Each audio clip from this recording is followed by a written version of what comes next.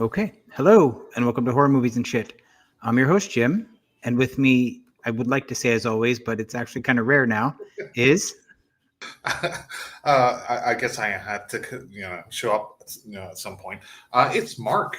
I'm back, It is so Mark. everybody can relax now. Oh, fantastic. Mark, why don't you introduce our guest?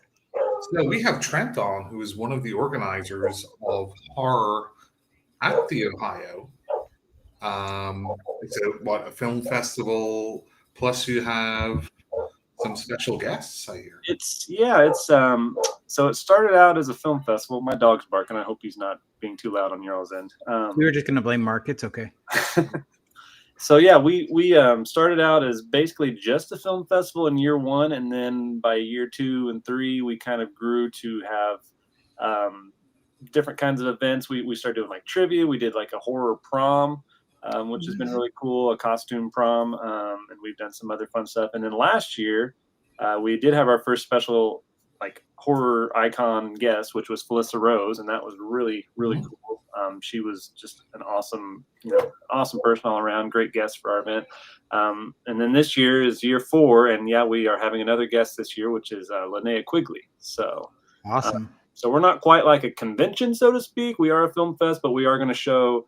We're going to show the original films that we get through the festival, and then we're going to show a couple of Linnea's films, and then she's going to kind of do like a Q&A and stuff. And then like we have the trivia and prom and just a whole bunch of other horror-themed fun stuff that we're trying out. So yeah, it's just kind of a big Halloween party at this point is what we kind of like to call it. That's awesome. Mark, you don't know this, but I'm going. I've already booked my hotel room and everything. Thanks for the update, Jim. I really need to, have all your things that you're doing on my calendar. So You do. Yeah. By the way, vicariously. Felice's a lovely guy. That she is. She is. They. I don't know how you. Yeah, exactly. And I've met Linnea too, and she's such a sweetheart. We've heard great things, and we're very excited to meet her as well. And I mean, Felissa definitely set the bar very high just because of how cool she is. But I'm almost certain that Linnea will meet it and be just as good. So we're pretty happy. They're definitely kind of the classic old school '80s icons who are still working today that are so appreciative of their fan base.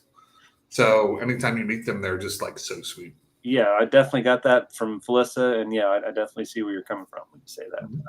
And yeah, Jim, thank you for booking a trip. We're excited to have you. You're coming all the way from Florida. I don't know if that's the farthest guest we'll have had. We actually had some filmmakers that came down from Canada last year, so that was pretty cool. Awesome. But yeah, either way, we're excited to have you, and we are still a small event, but we're trying to grow and get as much outreach as we can. So happy to have it kind of have you represent Florida for us a little bit. Yeah, I'm excited. I'm actually not bringing, but 2 of my friends are coming with me. Cool. Ryan from Sinister Scripts podcast and Matthew, who is making a name for himself on TikTok as Horror Madness. I think I reached out to Ryan once. I don't know if I did with Matthew or not. I'm not sure if Ryan ever wrote me back. But either way, I'm glad to hear he's coming. I'm glad that you're all coming. And just let me know, message me on the side and stuff to let me know, and we'll get you guys all set up and taken care of. So. Oh, we're gonna have a blast. We're there to drink and have a good time. Great. Those are the two of the priorities for sure. So absolutely.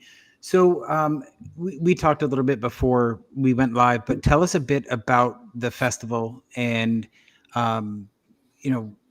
what it means to you. Like, why did you start this festival? So I'm from Madison, Indiana, and I'll kind of delve into some backstory a little bit first before I get to the answer. But Madison, Indiana is on the Ohio River, so that's where the Ohio comes from. We've gotten a lot of like grief and flack from people online. It's like, well, it's not in Ohio. It's like, no, it's not horror in Ohio. It's horror at the Ohio. The theater is called the Ohio Theater. It's a historic landmark here in Madison. And, we always just call it the Ohio. That's just kind of what it's known as. So that's where the name came from for those. Because when we started out, we didn't know how far outside of like Madison it would actually go. So we just thought Horror at the Ohio was a cool name. And then the farther it grew, it kind of got confusing for some people. So I always have to clarify. It's not Horror in Ohio. It's Horror at the Ohio Theater on the Ohio River. So, but anyway, Madison is a very kind of historical town, a very artsy town. And they do a lot of they do what's called Chautauqua, which is an arts festival every fall. They have a lot of different music festivals throughout the year. They're known for their boat race, which is the Madison Regatta. I don't know if anyone's into boat racing. Florida, I would think, would maybe be a good area for boat racing. So maybe you all are familiar with that kind of thing. But anyway, me and my buddy, Darren, who I wished was on here with me, but he is an art teacher at the school here. And he was actually my teacher back in the day. So we've been friends a long time. We always wanted to do something kind of film related. You know, when I was in his class, we had like media arts club. We always made films, and it was just kind of my big interest was filmmaking, and something I at one point wanted to pursue when I was younger. It, you know, didn't quite pan out that way, but anyway, it's still a fun hobby. Anyway, trying to bring it back to your question a little bit here. So we thought Madison would always be a cool town for something like that. It's never really had any sort of film festival. Like it's known for a couple movies. There is a movie called Madison that's based on the Madison Regatta. And then there's a really old movie called Some Came Running that was filmed here in Madison. So those are kind of our two claims to fame when it comes to films. But anyway, we've always kind of had the idea to have a film festival. And then he is actually the big horror guy. Like, I'm a horror fan, but he's like a huge horror nut. He's one of those guys that's got like the horror tattoos all up and down his arm, long hair, the type of guys you'd see at all the conventions. So he and I kind of merged ideas. I wanted to do the film festival, and he wanted to kind of inject horror into it. It's like, well, what if we just did a horror film festival and had it around Halloween and just kind of made it a big town-wide Halloween event? And so that's how it came to be. We partnered with the people that kind of oversee the Ohio Theater, which like I said, it's a historical landmark. They're working on rehabilitating it because it's obviously very old and it just needs a lot of updates and restoration. So they are actually a nonprofit group that works based on donations. Then they get donations and put it towards restoring the theater. And they have a lot of other events there throughout the year too, like concerts and movies and stand-up and stuff like that. So anyway, we partnered with them, started Horror at the Ohio. And like I said, the first year was solely just a film festival. We put it out on Film Freeway. We got tons and tons of submissions from all over the world, which was really cool. You know, seeing different types of horror from different countries is always fun, I think, to see how just kind of different it is from, you know, where you're from.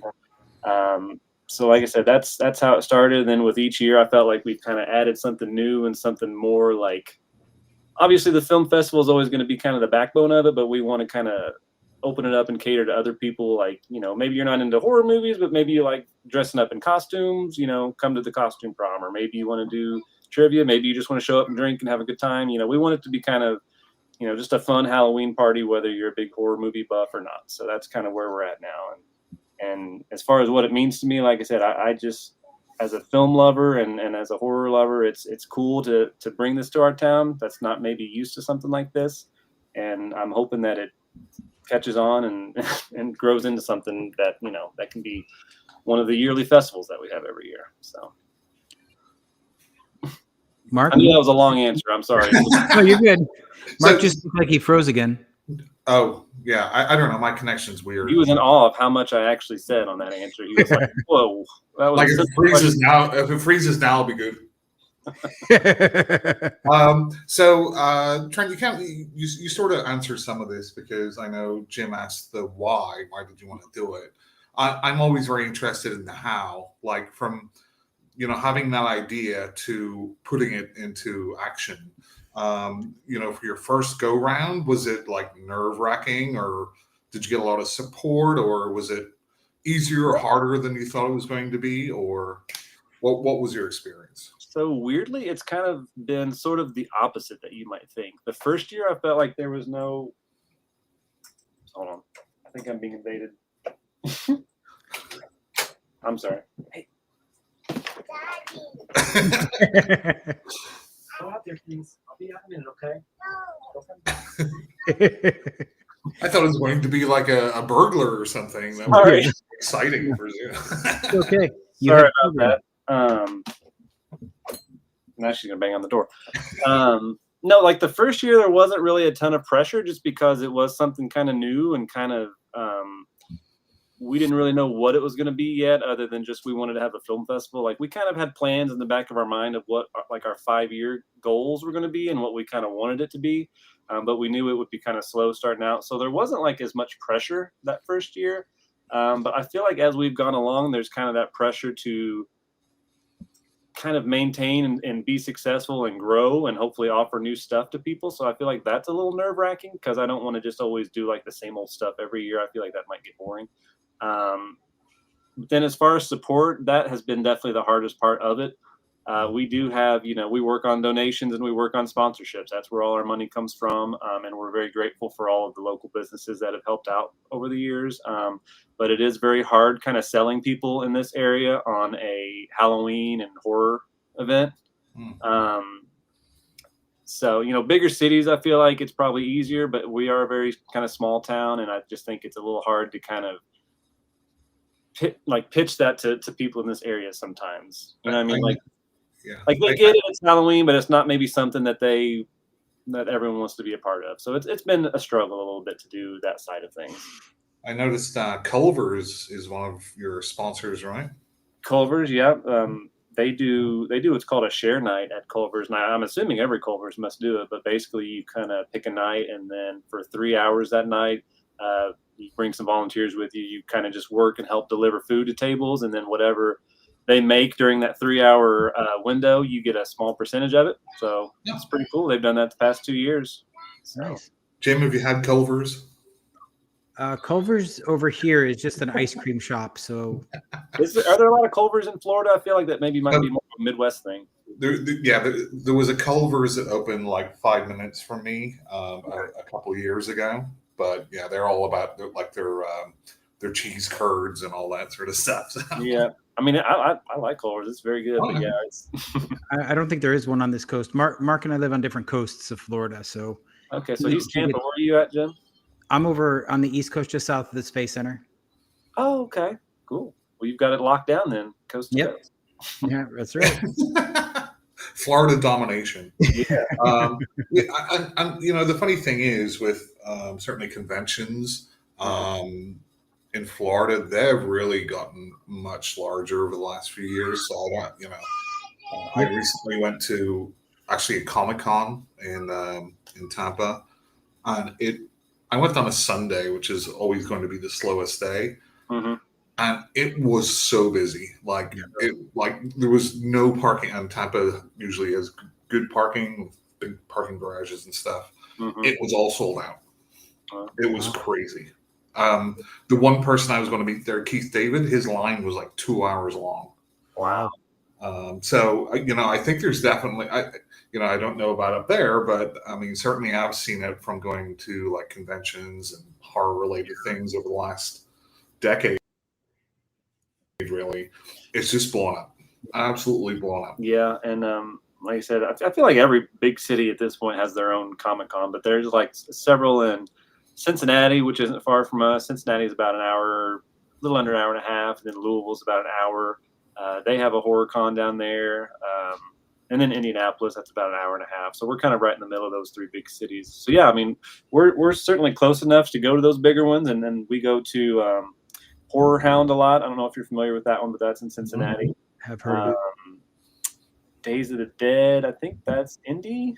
That's Indianapolis. Yeah. So, and same deal. They're always huge, and the lines are always long, and autographs are always expensive, and all that stuff. So, we're trying to kind of bring kind of that flavor to what we do, but obviously we're a much smaller venue and a much smaller town, and I feel like, obviously that can kind of hurt you on the like financial side of things. We can't really afford to bring in a ton of big time celebrities, but I think it can kind of work in your favor too, because we have more of an intimate, up close and personal experience that maybe you don't get at some of the big convention halls, or at least that's my opinion. That's what I was going to say. I mean, it seems like, and I for one can attest that I like the intimate events. Yeah, it's cool being out with people, but my social battery depletes very, very quickly. Yeah, and like Mark was saying, just the crowds and stuff. I mean, that wears me out too. And just like, you're just kind of shoulder to shoulder making your way through everywhere. And I'm just, I feel like that can be a lot. It's like one of the conventions both myself and Jim go to, which is in Orlando, which is Spooky Empire. Mm-hmm. I much prefer, they have a summer one and then they have like an October one. And the summer one's way smaller. Yeah. And I always prefer that way more because just like, I'm very impatient. I don't like waiting in lines, and if it's like Jim says, if there's too many people around, my brain sort of explodes. Yeah. I need to get out of here. And another thing I think that kind of hopefully works to our advantage too is, the theater itself, which is where everything is pretty much contained within the Ohio Theater. We deck it out. We put up spooky decorations. We have like original paintings. Like I said, my friend Darren is an art teacher. He's a great painter. So he does a lot of cool horror artwork that we hang up everywhere. We pretty much all the decorations we pretty much make ourselves, which is kind of, it's more work, but I think that always gives it kind of more of that homemade charm. Mm-hmm. So we get it looking pretty cool in there. And then, like I said, just the fact that we do only have one celebrity, so you're up close and personal with them. And then, I don't know yet with Linnea, we'll find out, I guess, when we get closer. But like last year, Felissa, she wasn't just there to sign autographs and then leave. Like she actually was out in the crowd. She was doing the Q&A with us. She did a live commentary of Sleepaway Camp, which was really fun. Oh, nice. She helped judge a couple of our contests that we did, like our costume contest, and we did like a screaming contest. So she was really, really involved in just pretty much everything that we did. And I'm hoping Linnea is the same way. Like we want her to be as big a part. We don't want to just throw her at a table and leave her for the weekend. You know what I mean? Like I want her to be able to sign and meet as many people as possible, but I also want her to just be the VIP and just be as big a part of the event as possible. That's awesome. I think that it sounds like it's going to be a lot of fun. So I'm really looking forward to it. Yeah. So with Linnea, I met her, and she was there was a film festival at the convention, and she had one of her movies there. Is a lower budget indie one called Disciples. I actually have a signed poster from her with Debbie Rocan, etc. was there. But she was super, like, I don't think you'll have anything to worry about with Linnea. Like she was out and about, super happy, like just meeting everyone. So yeah, she was great. Good. Yeah, that's what we're hoping for. So how do you go about booking your celebrity guest? Like I've always been curious about that. How does that happen? Well, that would be a great question for Darren because he handled most of that. But he was just able to somehow find their booking agency and just reached out to her manager. And, I guess it was just pretty straightforward from there. But, I mean, obviously he reached out to several. And like I said, a lot of them were out of our price range. Linnea was kind of one that we could manage to do. But he just kind of sent out a bunch to see. And I don't think he necessarily got answers from all of them, but a lot of them he did. And it was just, again, I wish he was here to answer the question more, descriptively, but it was a matter of just finding their booking agencies and reaching out to their managers and stuff. So. And that sort of answers the question. Like, I'm just curious, do you just send out mass emails or do you go specifically picking who you would like to see? I think at first it was kind of a mass email situation just to maybe see who we could get responses from. And then from there, it was kind of, okay, well, what price ranges are we looking at for this person versus this person? Fair enough. And like I said, a lot of them, not trying to dog on any of them, but a lot of them were very expensive. And, for the big conventions and stuff, obviously it's easier for them. But for us, like I said, we're small time and we work on donations. So we had to be, a little cheap with it, but I'm not trying to say that we're, obviously Felissa was awesome and Linnea is going to be awesome. So, it's going to work out good. Yeah, of course. And the more people you get there, you could probably network with them and say, hey, you enjoyed this experience. Do you have anybody else that you think, might be a reasonable budget that would like to do it too? So. That is exactly we're hoping for that. And actually, after Felissa last year, we did have a couple people reach out to us, which Nice. I would have loved to have worked out, but we had already had Linnea booked, and I just didn't think we had enough to, we'd love to have multiple people, but I just didn't think we had the budget to do it. So unfortunately, we did kind of have to say, maybe next year. But yeah, we've already had a couple people reach out to us about it, which was nice. So. Well, that's good. That means that you're getting a lot of good word of mouth, especially with the celebrities that you want to have at your conventions. That's awesome. Exactly. Yep. So hopefully for future years, it'll be easier as we go along. At least that's my hope. Well, and now you're on our podcast, so we have an audience of millions. So you'll probably be inundated with the Robert Englund of the world. Oh yeah, and Kane Hodder begging to go. All of the celebrities tune into our podcast to listen to Mark rant. Yeah. Mm-hmm. How many listeners do you guys have? Not to put you on the spot or anything. I'm just curious. Jim? I can tell you that we have 100 subscribers on YouTube, which is it's brand new, but Spotify is the only one that actually tracks subscribers. So we have 49 on Apple Play or Apple Podcasts or whatever their platform is, and then close to 200 on Spotify, and then the other platforms don't track subscriber activity. Well, I only asked because I was on a podcast. I mean, technically, I guess it still exists. We just not have done an episode in a while. But yeah, we didn't have a huge audience, and I know it's hard to build an audience just from that experience. So I just was curious. I'm not gonna lie. We were doing better, and then I got involved with a super huge project at work. And since Mark is so lazy, he wouldn't produce anything. So it sort of just didn't. It took a back burner for probably the last 6 months. That's where ours is at right now. Yeah, we were a 4-man podcast, which kind of is a lot now that looking back on it, just for scheduling and stuff like that to make it work. But yeah, me and Darren, who obviously do the festival, we have been really busy with that, and then just life in general. Yep. And our 2 other co-hosts were like, "Yeah, go ahead and make as much content as you want. It's all of our podcast. Didn't have to be just one of us." And then yeah, they did a few episodes, and then it kind of teetered out a little bit. So, but we'll get back to it one day. Oh yeah, Mark and I will be getting back into this hot and heavy in the next coming few months. The podcast, Mark. The podcast. Okay, I keep telling you, Mark, I'm gay, but I do not find you attractive. I keep telling you this. Oh, that's kind of mean. Mark. Look, I'm not the one that makes the innuendos, Mark. Hey, your mom's hot. Though, I Jim. think so. I go, you think so? You definitely are Florida, man. That's gross. I'm sitting next to a window here, and I look like a pale as a ghost. I don't know why my exposure is so bright on my face. So hopefully you don't have any. Is it video or is it just audio on your podcast? It's video. Oh, okay. Wow. Yeah, we're live on Facebook. We're live on Facebook and YouTube right now. I was gonna ask. Okay, well, I see the live up there. I was gonna ask if you always did live episodes or if you ever record and edit and put them out. So I do also do very little editing, if for long pauses and stuff like that, and then post the audio only. See, our podcast was very much a edit and put out later because we are. There's got to be editing on our podcast. Too many dumb jokes that need to not make it in. Too many weird pauses and non sequiturs. So yeah, we very much are fans of editing on our show. Well, the people that listen to Mark and I are actually fans of our banter and our non sequiturs, so that's sort of what they listen for. If you got that, then you got it made. So. Yeah, exactly. But anyway, back to horror at the Ohio, because I am one of those people that is constantly calling it horror in Ohio. Yeah. So I make that mistake all the time, and I know better. But I'm curious, what do you? Let's say 5 years in the future, what do you want this to look like?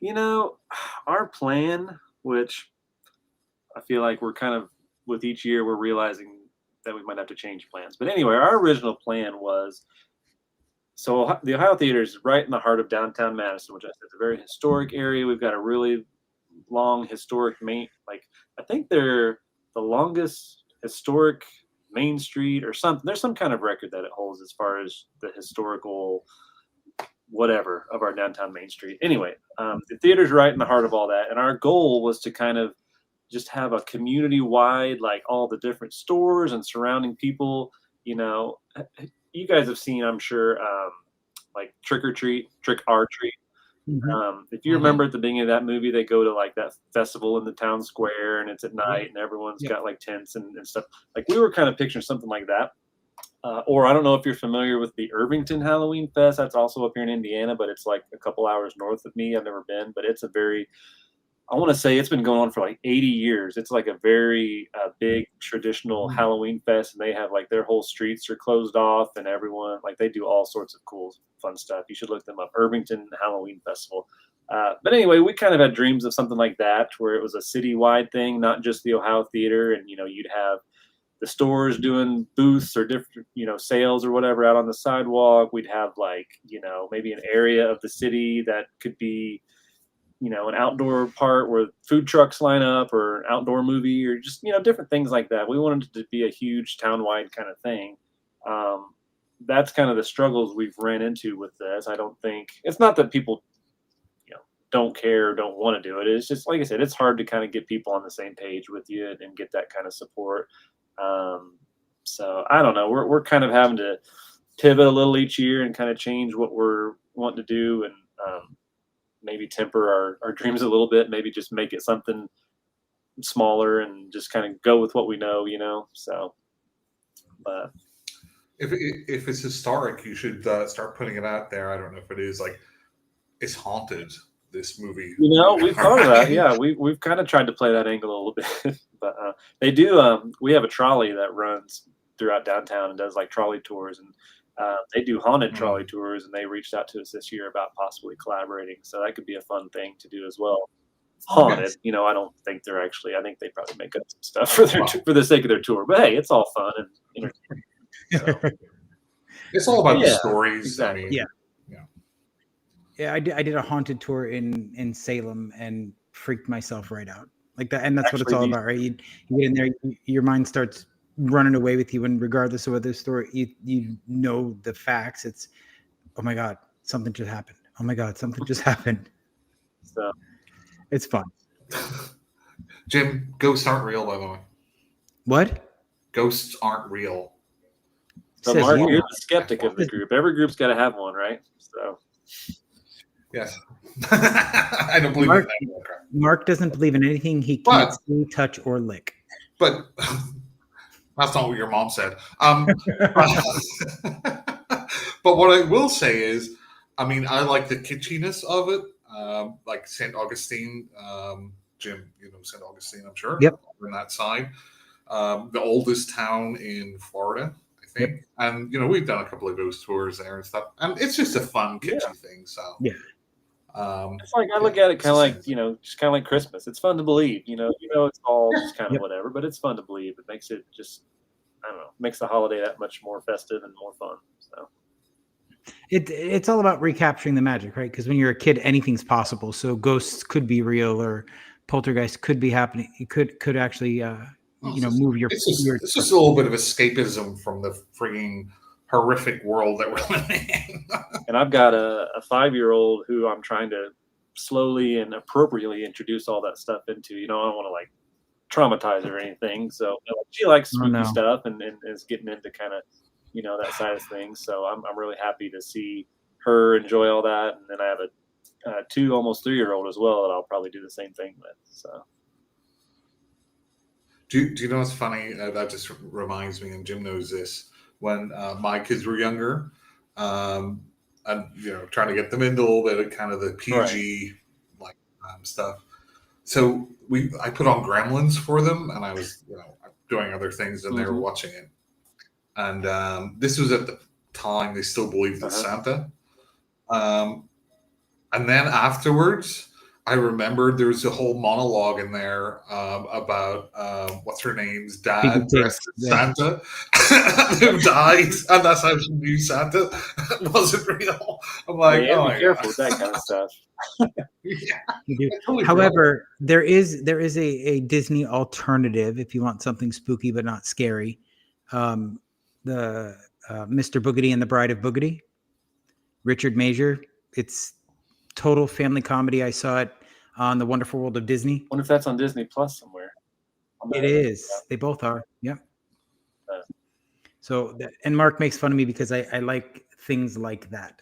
But that's why, because it brings me back to a simpler time. Yeah, and that's 100%. That's going back to the festival, but that's exactly what we're trying to be about. Like, you don't have to be into like R-rated blood and guts slasher stuff just to like horror. Like, you can like the fun, lighter side of stuff, and it's all it's all the same, I think. And some of us go both ways. I love that hardcore stuff. Listen, like, stop talking about your mom, Jim. Anyway, Mark, that's getting really old. But no, she's not. Yes, she is. I can already see the dynamics that we have on our podcast with you guys. It's just busting each other's balls all the time. That's all we do. But I mean, I do. I like the family-friendly PG stuff sometimes because it reminds me of my childhood, and then I love some of the more extreme stuff. Yeah, I mean. So if it reminds you of your childhood, Jim, you're talking about like the silent movies. I'm just trying to gauge. Poor Jim. Mark, you're older than I am. Anyway, so let's to get away from our bickering. So Trent, again, it's mainly a film festival. So what's the process as far as that? As far as do people send you in their films? But how do you advertise that? How do you get films? Well, like I said, the festival is coordinated through Film Freeway, which I don't know if you've ever had any experiences with it, but it does a lot of the work for you. Yep. I mean, it's basically that's what it is. It's a film festival website. You just kind of set up your festival on there, and then it just puts it out there to whoever wants to search for it. You know what I mean? So, so that part of it's pretty easy. The first year we did it, we didn't have any submission fees just because we were just starting out. We didn't know what to expect. We didn't know who all would submit. Boy, I tell you, when something's free, you'll get all sorts of stuff. We had, I think, over 1,000, maybe 1,500 submissions that year. And, maybe 20% of them were good. A lot of crap you had to weed through. So we kind of learned our lessons like, wow, we better put, at least a small submission fee on this just to kind of weed out the people and the serious type of films. So ever since then, I think we've done, I think it's $10 is what we put on there to submit. So how do you select the ones that you're going to show? Well, Darren and I, and then we'll sometimes usually have a third or sometimes fourth person go on there, and you can make accounts and log on and watch them kind of on your own. And we just watch through them, and then there's a scoring system on there that you can kind of keep track of for yourself, and it breaks it down by like acting, cinematography, all that kind of stuff. And you can kind of grade it based on that, and then you could leave notes. And so we just kind of pick our favorites, and we whittle them down. I think our first year we had 30 films. And it's a mixture of short and feature, mostly short because we just don't have the time allotment to be able to show a bunch of features. So it's mostly short films. So we had 30 total that first year. And then I want to say the second year we had 20 or 25. And then I don't remember how many we had last year. But as we do more stuff each year, we show Sleepaway Camp, we're showing Return of the Living Dead this year. As we do more stuff, that kind of cuts down on time that we can show because we just have the one movie screen. Right. So it kind of cuts down on the number of films we're able to submit. But yeah, like I said, we all watch through them and we all just kind of score them. And then we'll go back through them and pick based on how much time we have to fill. We pick our, X number of ones that we like the best and screen them. So since you've started doing it, what are your top 3 that you would recommend? Oh gosh. What are your 3 favorites? That's tough. So we asked the tough questions. I'd have to bring up the Film Freeway site and go back and look at them all again. There was one last year that was, or was it 2 years? See, I'm getting my years mixed up now too. There was one really good, I think it was from Spain, a Spanish film, and it was called The Newcomer, I think. And it was about a substitute teacher who was demonic. It was like a whole demon kind of thing. It was really, really good, really well filmed, really well acted. And it won one of our awards. We give out little awards each year. Very prestigious, a Horror at the Ohio Award. You definitely want to make sure you have one on your wall. Absolutely. That was really good. There was a really funny, goofy one a couple of years ago from England called Worm, WUURM. And it was very Peter Jackson-y, the whole movie was about this guy that had a tapeworm that he was trying to shit out the whole movie, and he was on the toilet, and it was so goofy and so over the top, and it was like I said, very Peter Jackson kind of silly horror, and I love that one. That was always one that stuck with me. And then one of our features that we had last year, the people I told you that came down from Canada, they had a movie called Purgatory Jack, and it was a feature, and it was really, really cool and just well filmed, a really cool idea. So that was one of my favorites too. So yeah, just off the top of my head, those are the ones. I'd have to go back and look. I'm sure there's a lot of other ones. There's a lot of great movies that we've shown. But. That's awesome. So we actually have quite a few filmmakers on our podcast. So maybe it's something we could throw out there too. Hey, you want to throw your submission in there? I may or may not have done. Yeah, Jim's already hit me up with a couple. That's fine. Definitely send them our way. And I know that we have a submission fee, but like I said, we're more we're more about showing cool stuff than we are about like actually making money. The submission fee, like I said, was more so just to cut down on all the crap that we didn't want to have to wade through. So, if someone wants to submit something and they're friends of your all's, let me know and we'll get them in, or at the very least we'll review them. And like I said, hopefully we'll have the time to fit them in too. Obviously part of the bad part of it is you're going to have to turn down some good films too, which we have. There's been some really cool films that we would have liked to have shown, but we just don't have enough, time or theater space to show them all. So that's kind of the sucky part of it, but So you only do it for one night? No, we're 2 nights. We're Friday and Saturday, and Saturday is all day, and that's where the majority of the film festival films will be screened. But we do try and show at least some of the shorts on Friday before we show. I think this year we're showing Night of the Demons as our kind of classic movie on Friday, and then Return of the Living Dead will be Saturday. But yeah, we'll show some film festival stuff before that, and then probably most of the afternoon on Saturday. Nice. I'm looking forward to it. So I guess we already answered that one. And Jim, I was going to ask you too, I can't remember what we've messaged or not, but if you want to have a table and a booth set up for the podcast or whatever you want to promote or do, we can do that for you. Or if you just want to come and hang out and have fun, that's totally up to you.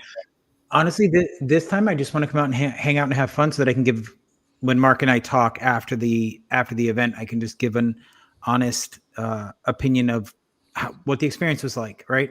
And then I would absolutely love to return to have a booth. Because we're trying, we had, last year was our first year that we kind of invited some vendors, and we didn't have I want to say we had maybe 8 or 10. It wasn't like a whole lot, but again, we're a small theater. We can't really fit a whole lot either. So there's kind of a certain balance you got to do with it. I can't remember how many we've got signed up for this year, but I'm always pushing it. So if you have people or people that are listening in, if you're a vendor and you want to make the trip up to Southern Indiana, reach out to me. We'd love to have you. Yep, absolutely. I'm actually looking forward. I told you earlier that I'm trying to do a lot more traveling this year. So A, I've never been to Indiana, and B, I've never been to strictly a film festival. So I'm really excited for this experience. The pressure's on now. I'm feeling we have to deliver now. I have to. Look, like I said, I just want to drink and have a good time. We do that. The more you drink, the better time we'll have, right? So. Exactly. And feel free to keep them up there. You may want to stay. Some people come here and fall in love with this town and end up staying. So, Jim, you'd love to move again, right? No, I just bought a house, so I'm not moving anywhere.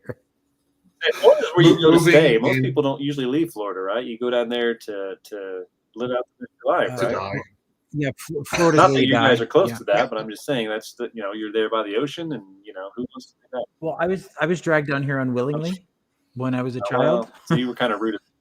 Did the FBI ever catch the guy that brought you down here, Jim? No. Oh. But I did leave for a few years. But the first time that I had to shovel my car out for 8 hours, I was like, I'm going back to Florida. Did you go way up north or what? Connecticut, yeah. We get snow up here, but we don't get that kind of snow. We get a lot of Indiana is literally, you'll get all 4 seasons like in a day up here. Yeah. You'll wake up and it's cold, freezing, then you might have a little coolness, and then it's like 90 degrees. We're in a very rough heat spell right now, which has sucked, and humidity. So. No way. Hang on. What is it? Not heat and humidity. Jim. What does that mean to you? Well, now I know there's Florida humidity too, because I vacation in Florida, so I know it's rough down there. But right now we're in the low 90s. We did have a couple weeks there where it was like mid 90s every week, which sucked. And then we kind of had a nice break where it was mid 80s, and that felt like autumn. But now we're back. Our feels like temperature yesterday was 106. Yeah. I'm not going to complain too much because I'm sure you guys have it worse. But I like the heat. So yeah, Mark living by the ocean. You can always go and probably chill out in the ocean. I just like the heat. Yeah, nobody goes to the ocean in Florida. Not if you live in Florida. Yeah, they do. I was wondering if living in Florida is very different from vacationing in Florida. So, Mark, let me ask you this question. Yes.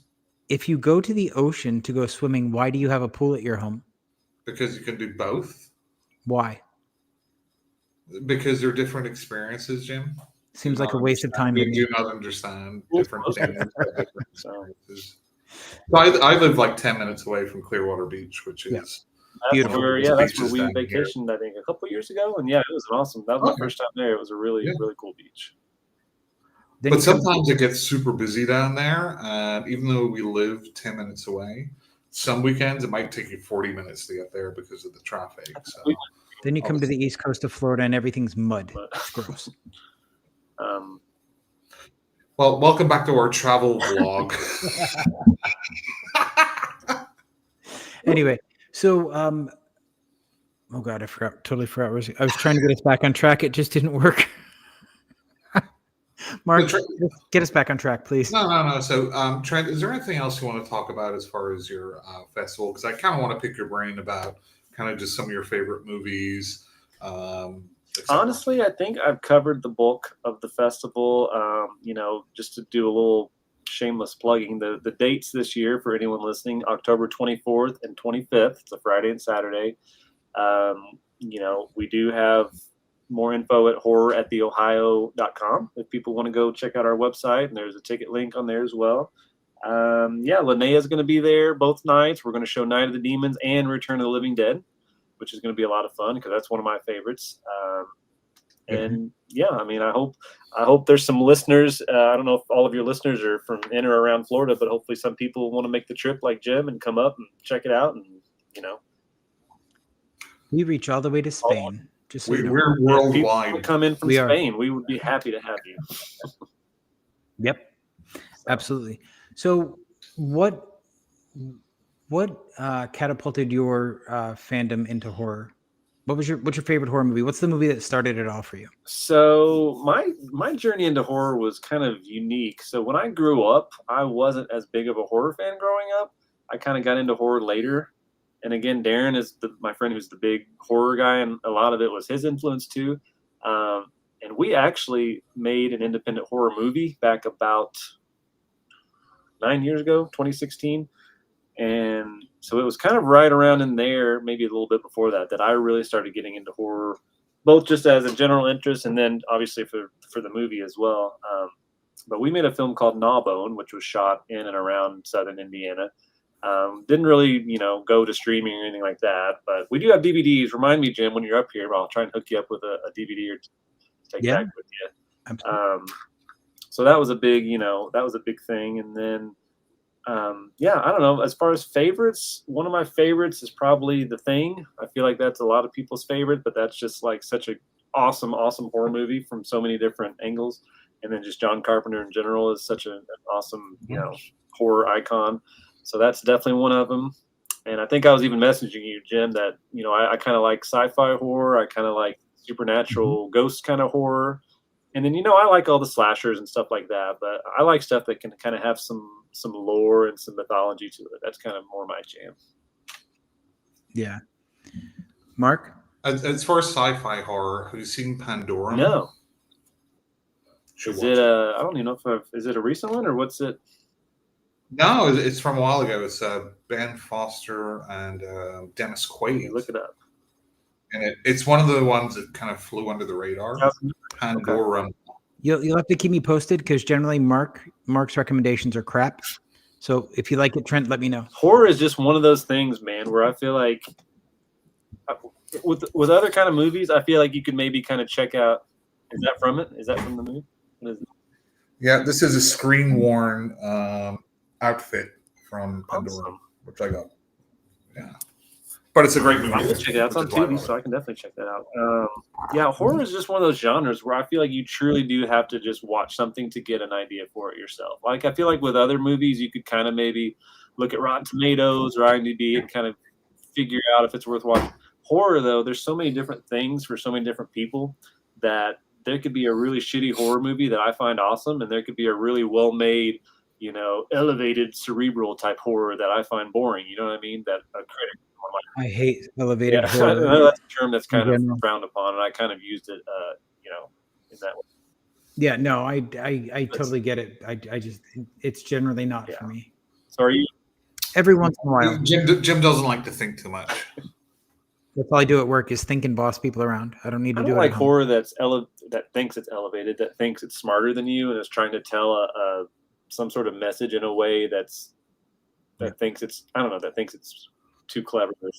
I think whatever works Yeah, works, and sometimes the dumbest ones can be the yeah, most fun. But sometimes you'll put on your thinking cap, and you know I think the cardinal sin of movies is like being yeah. bored. So whatever it is, as long as I'm not bored, it's usually pretty at least watchable. Exactly. And I mean, Yep. I'm kind of right there with you. And when I say bored, I don't mean someone has to be getting stabbed every 10 seconds either. Like the story Yeah. could really hook you in. Mhm. Yeah. And I'll bring it up just because it's relevant and it just came out. But have you guys watched Weapons or heard anything about Weapons yet? I've heard some good stuff, but I've also have a few friends that are not big fans. I watched it today. Well, we don't have to spoil Oh. anything, but thumbs up, thumbs down for you. So I really liked it. It's weird because his last movie was Mhm. Barbarian, which was very much a movie that the second half and the first half are not really the same Yeah. at all. And I guess he had already written the first half and made it into a short, and then they said, "Hey, let's make a movie out of it." And he kind of just came up with the second part on the fly. Yeah. In a way, this is almost the same. But this one feels much, much more cohesive. I love the Rashomon / Pulp Fiction type of vignettes for each of the characters going along. Yeah. And I thought, even if you took the horror part out of it, it's still a great movie. And I think just kind of the mystery and the reveal and everything totally worked for it. So I really enjoyed it. I agree, and I brought that up because you mentioned boring, and I could see where someone might think a movie like that's boring because there's long stretches where not a whole lot really happens, and it kind of meanders a little bit. And even I was thinking like, okay, where's this going? But like you said, it all the different vignettes kind of coalesce at the end, and it kind of brings it all together in a satisfying way for me. And I was just really engrossed the whole time. So. And the funny thing is, right? So I'd heard about it. I think I saw like half of a trailer, and but then I didn't. A lot of movies I don't want to know anything about. I'm the same way. The less I know, the better. But like with the cover, weapons, knowing there's missing kids. In my head, it was like Children of the Damned. These kids are going to go out and start killing people. Maybe it's like an alien thing, government mind control or something. Right, something like that. And I'm watching the movie, and I'm really loving it. But it's maybe like 40 minutes or 50 minutes into it, and there's been like basically no horror. A couple jump scares, but not a whole. Yeah, just a couple things here and there, but it's mainly not a horror movie. So I can imagine people going into it, if they just hear it's like a horror movie, being disappointed if that's like their main aim, right? I mean, it's funny, it's well acted, and well directed. I mean, I love the direction too. So, but that's sometimes your expectations going in. Even if it's a good movie, some people mightn't like it because they expected something different. So I can see maybe some people having that sort of. And not to get into like a huge like discussion on what is horror, but like I feel like horror can just horror can touch so many different genres, and it's like to some people, what is a horror movie to them? And like you said, they go watch a movie like Weapons and they say, well, that's not horror, and they might be disappointed. But like I said, you don't have to be killing people or having ghosts or monsters throughout a whole movie for it to be a horror movie, in my opinion. Like horror has so many different subgenres, and I feel like it's the only genre that if you inject horror into it, automatically becomes a horror. Like if it's a comedy and there's horror elements, it's a horror comedy. If there can be horror, drama, horror. There's going to be horror romance movies. I feel like it's one of those genres that there's definitely a spectrum thing going on, and you could almost watch a movie and say, like whenever I watch a movie, oh, that's 90% horror or 40% horror or whatever, just in your own the way you consume it. But like as long as something isn't mismarketed as something, right? I think that's when people get pissed off, right? Because like take any genre, take comedy movies or something. if a comedy movie is marketed as like a drama movie, then people will obviously be like, what's going on here? It's a comedy, like. But I mean, I think the melding of genres, which I think Weapons does very well, because again, it's a mystery, drama, comedy, horror. Yeah. Almost in that sort of percentages. If trying to look at it, I mean, that initial hey, what's going on is really the driving force for everything. But yeah, I really like it. Hopefully, we didn't spoil too much about it, Jim. I was trying. No, I don't think we did. I'll forget in 10 It minutes. is It's good. okay. And the great thing about it is also, and again, this isn't a spoiler, but halfway through, I was like, oh well, I hope they don't just kind of solve it at the end, and it's just this twist, and that's it, right? Like an M. Night Shyamalan one, and okay, well that's, but they actually explore the ending. So it's they not peel just it back very slowly, which I like. I was kind of expecting the same thing. It was just going to be some twist, and then like, no, as we go along, you kind of start to piece it together, and you kind of start to figure it out. I'm like, oh, okay, this is interesting. So that's awesome. I love a good mystery. So as long as the story's engaging, I'll be happy with it. I thought it was personally. I think you'll like that. Yeah, Jim the Butler did it. That's what are your does. two like go to if you had to pick a horror genre? Like, what's your either movie or subgenre or whatever? Me personally, I tend to go more to sci-fi or sci-fi like Alien, or slasher. Are you looking forward to the Alien Earth TV show? No? Are you like a purist? I think that starting with Prometheus, I'm sorry, not Prometheus. Prometheus actually, like, starting with Covenant, they sort of destroyed the franchise, and then Romulus was total garbage. You didn't like Romulus? I thought it was just it was awful. Okay. I liked the android. He was fun, but everything else was just a rehashing of other stories or forcing scenes to fit a visual. Yeah. Where it didn't make sense. No, my biggest gripe with Romulus is the fact that she went back to save an android she was going to destroy anyway. That doesn't make sense. Like that throws the whole story into what? Yeah. And then all of a sudden the xenomorphs, if you stand still, they can't see you. Like that's stupid. No, with body temperature or something, right? What? Yeah, I mean, Romulus, beautiful looking movie. Mm-hmm. Love the aesthetic, especially kind of the Blade Runner-esque start of it too. But it should have been renamed Alien Fan Service. Yeah, because that's all they did all the way through. Yeah, and I don't mind throwing in a little kind of Easter egg here or there, but when you're throwing in like "Get away from her, you bitch," it makes no sense in that scene at all, and it's just like, oh hey Alien fans, remember that thing that you like here? Yeah, I mean, I get it. It can be too much sometimes. I would agree with that. And then. If we're other than Alien, it would be A Nightmare on Elm Street is a movie that kicked off my love of horror. Yep. Oh, he's got something.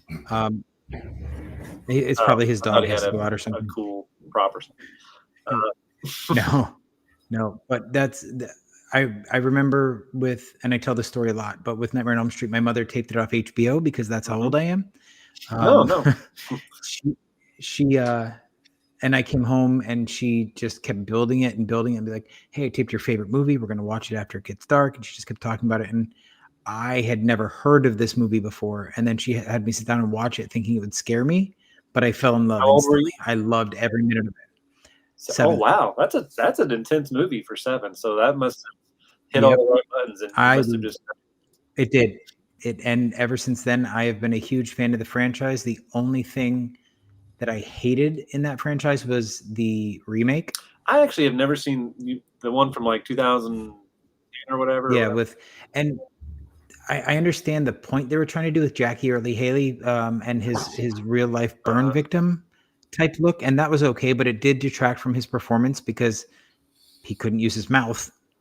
And then the storyline just was absolute garbage. I feel like that is just one of those roles that you can just only one person can play it. You know what I mean? Like they're probably going to try and remake it again down the line, but that's just one of those things you should leave alone. It's Robert Englund. So Robert Englund has a really great idea on how to continue the franchise, and I freaking love his idea. And it sort of takes a snippet out of Freddy's Dead, where Freddy is different for every dream, right? It all fits the dreamer. I think that could be a really interesting avenue to explore. I mean, as long as it makes sense in the story, but as long as they establish that it's supposed to be a different, like you're saying, it would still be Freddy, but it would just be a different kind of. And they tried that with the New Nightmare.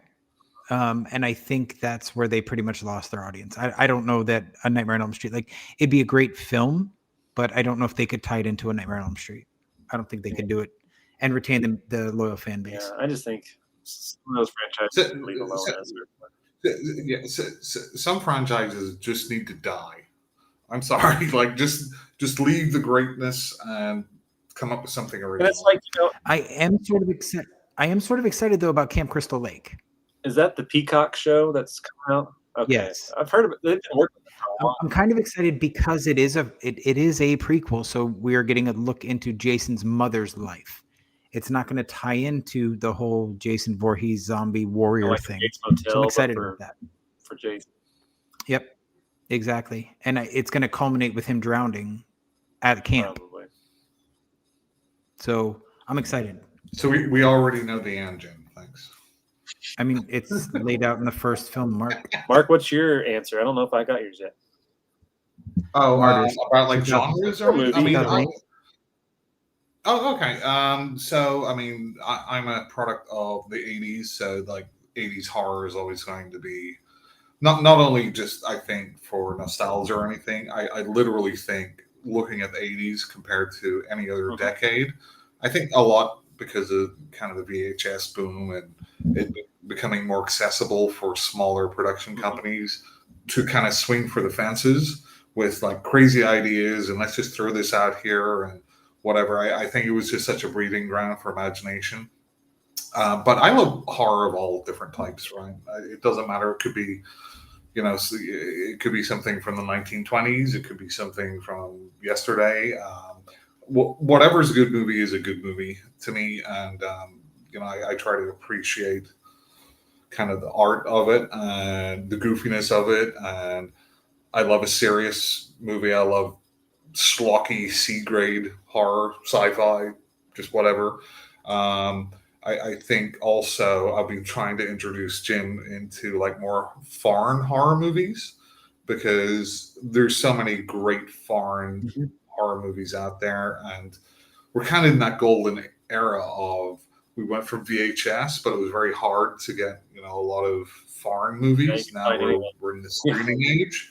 It's much easier to access a lot of them. Like, for example, my favorite horror movie is the original French movie Martyrs. Great film. But if that was made maybe in the 80s, I might have been able to see it until the 90s or later. But now with streaming, you just get so many of these movies, Shudder, etc. But yeah, I mean, mostly like my go-tos are like comfort food or 80s, but again, I've got an eclectic taste. So just everything. I kind of hijacked your show. I kind of became the interviewer there for a second. Sorry about that. That's okay. We don't mind. It gives us a rest. I'm exhausted after moving all week. Like we don't see it as interview. We just see it as talking with friends. Like sitting in a bar, just having a conversation about. It's like I told one filmmaker we had on here. If people care more about your product when they know you as a person, so we don't like it to feel like a forced interview. We much prefer a natural. I've enjoyed just I've felt like I've known you guys forever already, just being on here an hour. So it's been fun talking to you. Yeah, it's absolutely a blast. And I do want to extend the invitation. I'm sure Mark agrees. You're free to come back whenever you want. Anytime you have time, let us know. Yeah. I told you, and I probably need to get off here in a second to help get my kids to bed. But yes, I would love to get back on here before the festival, after the festival. Maybe we'd have like a recap and we can talk about the weekend you had. And I definitely want to get Darren on here because he's like you guys. He was that 80s, child of the 80s, kind of grew up with the slashers and stuff of that era. So he would really find a lot of common ground with you guys as well. So Yeah, it'd be a blast. We can actually, you know what? I'll message you on Instagram because we definitely should set up a recap after the festival for sure. Be here before you know it. Like, That'd be it's great. crazy to think it's what, a little over 2 months now away, and I feel like there's so much for us to do. So I was at Walmart today, and they had Halloween stuff out. Yeah, I saw some as well. I was at Walmart. I saw the Reese's pumpkins. That's when you know when the Reese's pumpkins. Yeah. My mother brought home Halloween peeps. I'm like, already? Halloween peeps? I don't even know if I've seen those. I'm not a big peep. Pumpkins and ghosts, all that. But yeah, it's crazy. I feel like once 4th of July is over, it's pretty much Halloween season. Like that's like the last holiday. Yeah. And it's just like, all right, let's get Halloween. So I would agree with that. So Trent, before you go, tell people where they can follow Horror at the Ohio or yourself, the easiest is to go on Facebook and find us. We have a Facebook page, and that's where the majority of our like updates and stuff go out. Again, though, also check out our website, horrorattheohio.com. We do have an Instagram and Twitter that I'll put stuff out on, but I put more stuff out on Facebook. I probably need to get it on Instagram, get that going. I feel like that's trendier and more popular these days. Actually, we probably need to have a TikTok, but I think past that age window of being able to fully understand and do that. I post on TikTok. You'd be fine. We need to get one. That's definitely on our to-do list. But Horror at the Ohio, pretty much on everything. Like I said, Facebook.com. And we do have a Horror at the Ohio at Gmail. If anybody wants to message us about anything, any questions, we're always happy to help. And just spread the word. Tell people about it. Like I said, we're in year 4, but I still feel like we're very small and trying to grow. So, we need as much word of mouth and as much outreach as we can get. So that's why I appreciate you guys having us on here, introducing us to the Florida crowd and all sorts of new audiences. So anytime, we're happy to do it. Yeah. Except Mark's miserable. Sorry, Mark. No, I was going to say also, whenever we get our podcast up and going again, if we ever do, the same invitation goes out to you guys. We'd love to have you on there as well. So it's the Horror You Know podcast is what it's called. It is still out there. We have a lot of old back. I was going to say, I know that podcast. So, we talk about true stories that go, like movies that are based on true stories or true legends or some sort of, even if it's BS, some sort of true backstory that maybe inspired the movie. So that's awesome. Yeah, so check us out on there too, the Horror You Know, if people are interested. So absolutely, I'm sure we'll have all of our 3 listeners would love it. It's been an absolute pleasure to have you on. Like Jim said, come back on absolutely anytime. It's been. I know you have to go look after little ones. Again. Yeah, I think Jim, I'm going to hold on to you after Trent goes. Okay. I have some movies to talk about. I guess I should leave, and then we're good, right? Okay. Yep. Thank you guys. Yep, and I'll send you a link when I post it back to Spotify. Okay. Thank you both again, Mark, Jim. It was awesome, and we will set something up again for the near future. So, awesome. Absolutely, you guys. Thanks a lot, Trent. Perfect. Bye-bye. Thanks, Trent. Love you all. Jim. Oh, Mark. Hey, give me a minute. I got to go check on Robert.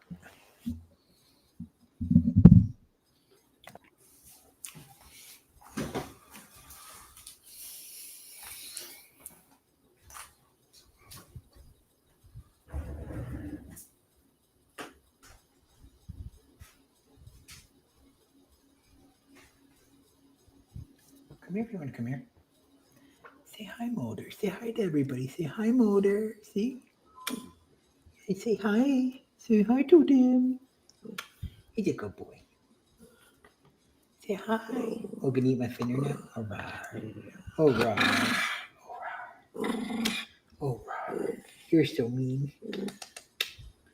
You're such a mean boy. Oh, big yawn. Big yawn. Good boy. Good boy. We're waiting for Mark now.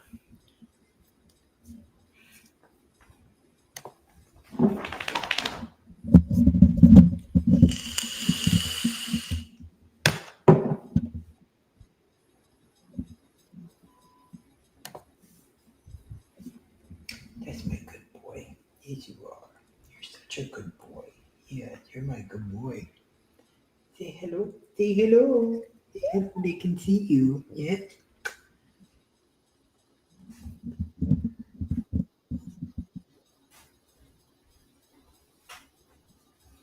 I'm back. Welcome back.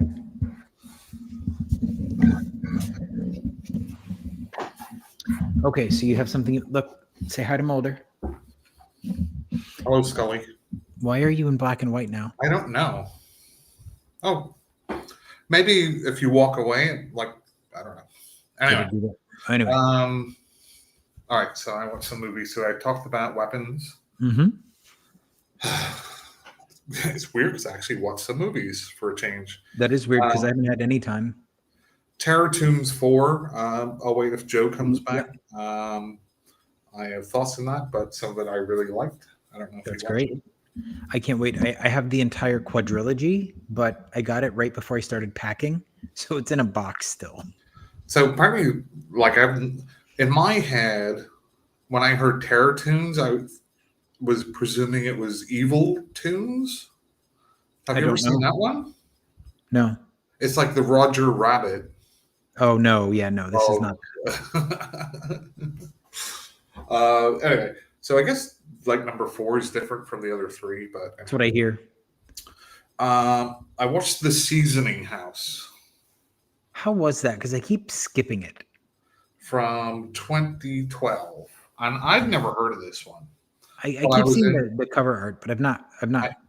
I was in like some Facebook group, and somebody was like, "Oh yeah, you should watch The Seasoning House. It's more disturbing than a Serbian film." So I'm like, "Oh, okay. Well, let's see what it's all about then." Yeah, because you thought a Serbian film was bland. I don't find the Serbian film disturbing because it's too over the top. It's like cartoonish. Mm-hmm. But I really like it. But The Seasoning House, it's set in, it's not Serbia, but it's the Balkans. Okay. Which is kind of that whole area. There's a lot of kind of Eastern European countries in there. And it's kind of war torn at the point. And it's like, I don't know, early 2000s, I think it's supposed to be set in. But the premise is soldiers go into a house, kill the family, take a young girl who's maybe like, I think she's supposed to be like 12 or whatever. So she's taken, put into a van with a bunch of other young girls who are then taken to this kind of hotel size place where they are forced into, what do you think, Jim? A soup? No, they're forced into prostitution. So it's like sex trafficking. Gotcha. But she's mute and deaf. And the main guy that's running it basically takes her and uses her to go around and like inject drugs into the other girls so that they're hooked on drugs, and then people will come in and rape them, right? And that's really for the first maybe hour. It's just kind of that miserable experience of her living this life, right? There's no escape. She doesn't have any family. She's kind of put into the situation of doing all this. Then it kind of turns into her fighting back. Have you ever seen Mute Witness? No. Or I guess Hush, right? Hush is the same sort of print, deaf mute, but she's a young girl, and it's really good. But then, unfortunately, I think in the last 10, 15 minutes, it does go into, like, this is just unbelievable what she's doing and how unbelievable the bad guys are. Sean Bean's one of the main bad guys.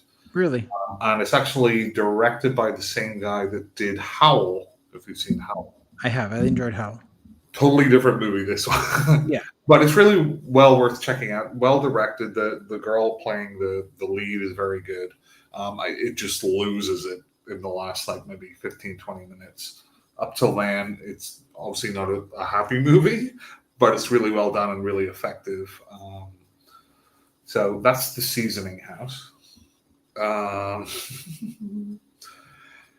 I watched, and this was a movie I was somewhat looking forward to, and it's a series I like in general, just because it's kind of goofy fun. Okay. And there's movies that are better in the series than others, obviously. So I watched Final Destination Bloodlines. I'm interested to hear your thoughts because we talked about what I thought when I saw it. Did we? We did. So just remind me real quick, did you like it or not? It was a fun film to watch, but it relies too heavily on CGI and being over the top to be a fulfilling type of movie, but it's a lot of fun. I disagree to some of that. So let me just say, like the opening, even though it doesn't make a lot of sense about how that whole building collapsed or any of that, right? I'm like, really, this whole who thing? I don't know. But that was real fun. Throwback, it's the 50s or whatever. Cool sci-fi type hotel. Cool. Even if you disbelief, whatever, it's Final Destination, it's not serious. Really cool and interesting. The rest of it, I found boring. There was the most bland protagonist. She was just like nothing. Just nothing going on, and it's maybe not the actress's fault. I think it's the script's fault. As you said, I agree. Like Final Destination has always had CGI in it, right? It's fine. It's fine. But what this movie does is it lingers on the CGI, which makes it look terrible. In the other movies, it was they usually did like a quick of CGI in between practical effects. Mm-hmm. So you weren't sitting there looking at somebody's stupid CGI face with like a pole through it that looks terrible. Right. It was just I was watching it and like I said, I was kind of like interested because the trailer looked really good, and then it's got such a lot of buzz about it. But this is by far, I think, the worst Final Destination movie. I checked out, I think, at 4. Well, I think there's 4, and then the Final Destination, and then this one. So I think you're just missing one. But, I didn't see the Final Destination, but again, after the second film, they just sort of got ridiculous in general. Yeah. So I didn't go into it looking for a story. I just wanted to have fun. And I think that's what they are in general. But even this one, it does away with like a lot of the kills, right? It's not about even the actual kill. It's the Rube Goldberg, how does this kill start? And in this one, a couple of kills, it was like, oh, a folder fell on something, and then that's like, okay, you're not even putting any effort into this. So disappointed. Now, I will say I didn't really know too much apart from you like the book, and I think we're going to have the author on or whatever at some point. Clown in a Cornfield. Okay. So you didn't like it?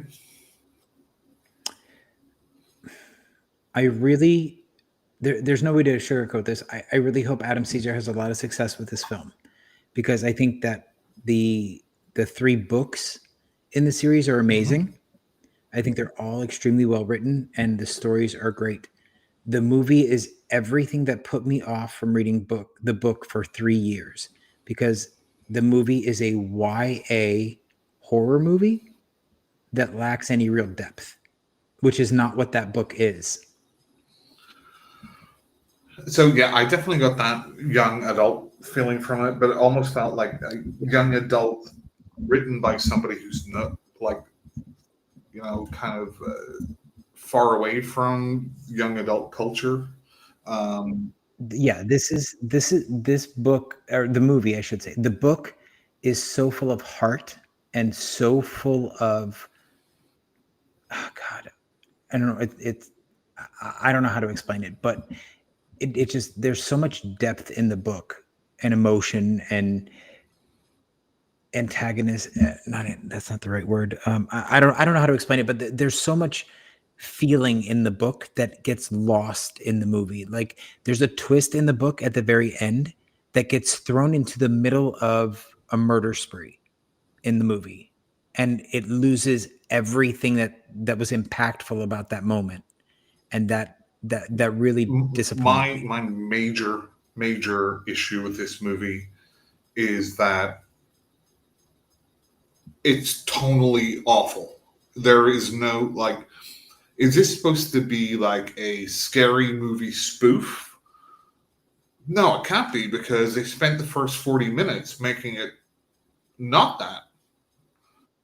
And Right. then, like, when things start going, like there's two things that, like, points have just really stuck out in my head. I'm just like, oh, like, really? Like, so first of all, whenever they all go into the shed to get away from, Mhm. I was like, it's a steel door. They can't get in. And there's clearly somebody with a chainsaw, and everything else is wood. Yeah. I'm like, is this supposed to be like this stupid? But then they're all knocking through with like hatchets or whatever. And then eventually the guy with the chainsaw, like, I'm like, so they weren't even smart enough on the outside. Hey, chainsaw guy, just why don't you just cut this open here real quick? That scene in the book was so intense. Oh, is this just awful? In the movie, it did not get translated well. And then the other one that really stood out for me, just as like just prime examples of tonally weird. Again, for the first 40 minutes, which really nothing happens, right? I mean, as far as horror goes, it's just generic teens being generic. You know, I'm the blonde girl, and I'm the there's no character. And then as I was watching it, I'm like, is this supposed to be a parody of 80s slashers with these like one note characters? But I guess it's not. Or maybe it is. I don't know. But one of their And I friends think that's one of why their friends gets violently killed in front of them, and they run to a house. And one of the girls is ringing the doorbell. So the other girl goes, "Oh, really? I can't believe you're ringing the doorbell. What are you doing? Like, you just saw your friend get massacred, and this is what you're talking about?" Like, it just tonally so off. I'm like, Yeah. this is supposed to be a joke, right? But it's juxtaposed between the scene of their friend getting brutally murdered, nothing in between. Then the next scene is her making a joke about her ringing a doorbell. I'm like, Yeah. I don't know. I found it to be aggressively annoying. I hope you give the book an opportunity, because the book is really well written, and it is a hardcore slasher film. Do you know what the funny thing is? Like, the real funny thing, because I was watching it in my head, I'm like, you know, a film that really captures this kind of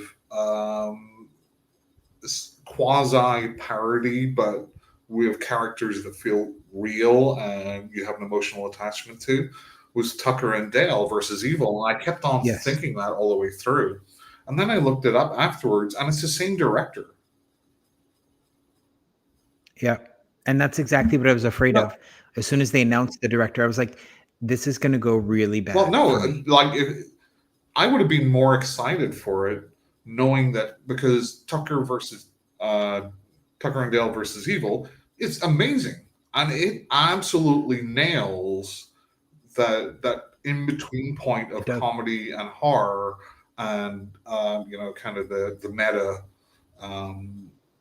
But I think the difference is I don't know, and I could be wrong, but it's the material you're adapting. Well, I haven't read the material, so I don't think that tonally the source material lends itself to that sort of comedic so, breakup. You have to feel that tension with very few moments of so breaking. And in the movie version, they tried too hard, in my opinion, to break it up. is the book less of that sort of, like I say, meta commentary, this kind of the Scream or Tucker versus Dale, than what was it? Yeah, it is not at all tonally equivalent to Tucker versus Or Dale at Scream. all. I mean, I'm just saying that they're obviously taking Yeah, no. tropes and playing with them. Yeah, no, it is not that at all. And the actual story doesn't make any sense. Like maybe it does in the book, There- but the It does. reasoning why they're doing it made no sense. Made no sense. Yeah, no, there's so much more to it in the book. Because they're just like, oh yeah, kids are annoying, so every while we just kill them. Like, Yeah, no, you were a kid once, so were you not annoying? And nobody knows about this. So in the book, it's more like Strange Harvest, kind of, where there's a reason that it I haven't happens. seen it, so don't spoil it. Okay, so there's a reason behind it, and it's not just because kids are annoying. But that's what the movie portrayed, right? Was I missing something? No, the movie absolutely did not capture the reason for it, and like that, the penultimate scene, or I don't know if it's penultimate. In the book, it's sort of the ultimate scene, where the kid's tied up and stepping on the roof of the truck in the barn is way more impactful than it was in the film. Like it just sort of seemed like an afterthought the way that they shot that, and it seemed pointless. Yeah, it's not. If in the book, that is exactly where it was supposed to be, and I'm telling you, you have to read the book.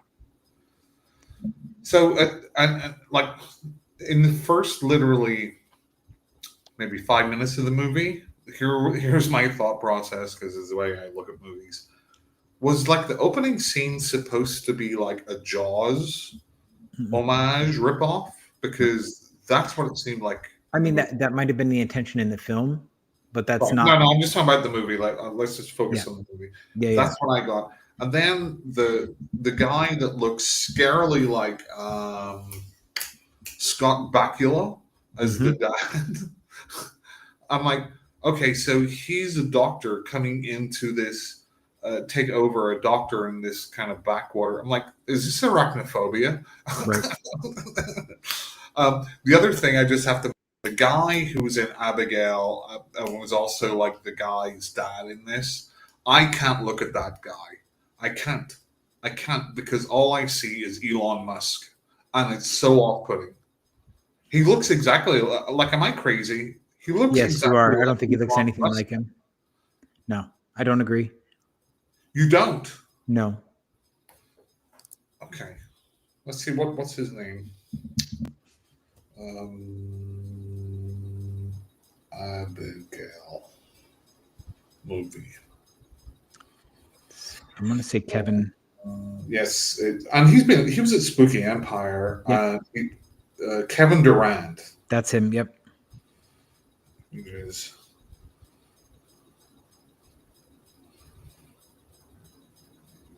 Let's see. Kevin Durant is who Elon Musk wishes he could be. I'm sorry, I don't know if you can see that. I cannot see that at all. Never mind. He looks like, and even I was watching Abigail with Charian, I'm like, why is Elon Musk in Abigail? It was so weird. Huh. Anyway, that's all I got. I unfortunately have not watched anything recently because, as you know, I just moved. So we are finishing setting up the house. We've got 4 rooms all set to go for the most part. 2 more to go. Well, enjoy your mansion. Mansion. You have more rooms in your house than I do. What? No. How many bedrooms you got, Mark? 3. No. Yes. the gym is a bedroom. Your No, horror the gym movie. is a gym. No, that's a Maybe bedroom. you should know this. You're a gym. That's a bedroom. So you have 4 bedrooms. No, because there's no wardrobe in here, and that's what qualifies a room as a bedroom. By wardrobe, do you mean closet? I guess so. Is that what you call it over here? Yes. Yes. Yeah. A clothes wardrobe. That's what qualifies a room. To me, a wardrobe is a piece of furniture. No. Look it up. Not a closet. Look it up. No. I said to me, when you say wardrobe, I think of a movable piece of furniture, not a closet. A closet could be movable. You mean something built into a wall? Yes. No, it just has to have a wardrobe in it to be considered a bedroom. The more you know. So technically, that could be a bedroom. I get it. So you have 4 bedrooms. 3 bedrooms, yes. 4 bedrooms, yes. We get it. There's no wardrobe in this room, so. Anyway, so Mark, it's been great having you on. You should be on more often. Huh? But like I said, work's starting to calm down some. We're getting settled in the house, so we're gonna be going at it. Okay. What about the podcast? Maybe we'll see if we have time left. All Anyway, right. thanks everybody.